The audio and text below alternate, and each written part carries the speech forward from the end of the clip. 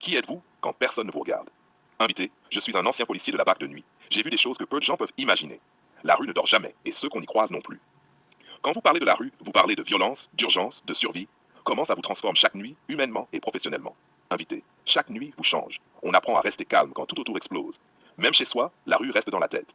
Et vos proches, est-ce qu'ils comprennent vraiment ce que vous viviez, ou est-ce une version filtrée pour les protéger? Filtrée. Je ne voulais pas leur transmettre la peur, mais c'est lourd de tout garder pour soi. Filtrer, c'est déjà une forme de mensonge. Vous avez déjà caché une erreur ou une tension pour protéger quelqu'un. Oui, des dizaines de fois. On choisit ses mots, ses silences, parce qu'une vérité peut créer plus de dégâts que l'ignorance. Votre plus grand regret, une décision que vous auriez aimé pouvoir changer? Une intervention où un suspect a été blessé alors qu'on aurait pu faire autrement. Je revois encore ce moment. Pourquoi agir ainsi? Pression, instinct, protocole, peur de la situation. Tout à la fois. La rue ne vous laisse jamais réfléchir trop longtemps. Après coup, vous en parliez à vos collègues ou gardiez ça pour vous? Parfois. Mais certaines choses restent personnelles, trop lourdes pour partager. Vous avez déjà couvert une erreur, la vôtre ou celle d'un collègue, pour éviter un scandale ou un drame. Oui, toujours pour protéger l'équipe et les habitants. Sur le terrain, les règles écrites ne suffisent jamais. La réalité est-elle souvent différente de ce qu'on apprend à l'école de police? Invité. Oui, 100%. La théorie aide, mais ne prépare jamais aux vraies nuits.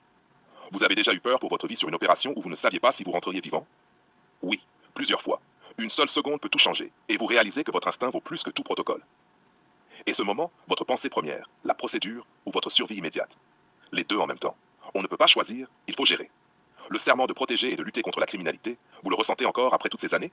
Oui, c'est ce qui vous pousse à continuer, même quand la fatigue et la peur vous paralysent. La reconnaissance du public, est-ce quelque chose qui existe réellement ou est-ce que le métier reste invisible?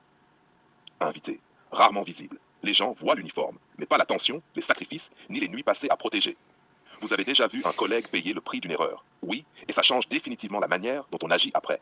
Comment gérer la fatigue et la pression psychologique quand les appels ne s'arrêtent jamais? On apprend à compartimenter, mais certaines nuits, c'est impossible. Vous avez déjà dû intervenir contre des personnes que vous connaissiez ou qui vous rappelaient quelqu'un de votre entourage? Oui, c'est toujours le plus dur, humainement. Vos émotions doivent-elles être contrôlées ou peuvent-elles surgir? Elles surgissent parfois, et il faut alors les canaliser pour ne pas faire d'erreur. Il y a des moments où la loi est claire, mais où le bon sens exige autre chose. Vous avez déjà improvisé en protocole? Oui, et chaque fois c'est un pari risqué, mais parfois salvateur. Quel est le souvenir le plus marquant de ces nuits? Une scène qui résume la BAC de nuit. Un jeune qui voulait se battre pour rien et que j'ai réussi à calmer avant que ça ne dégénère. Ça reste en tête. La différence entre la BAC de jour et celle de nuit, c'est quoi réellement?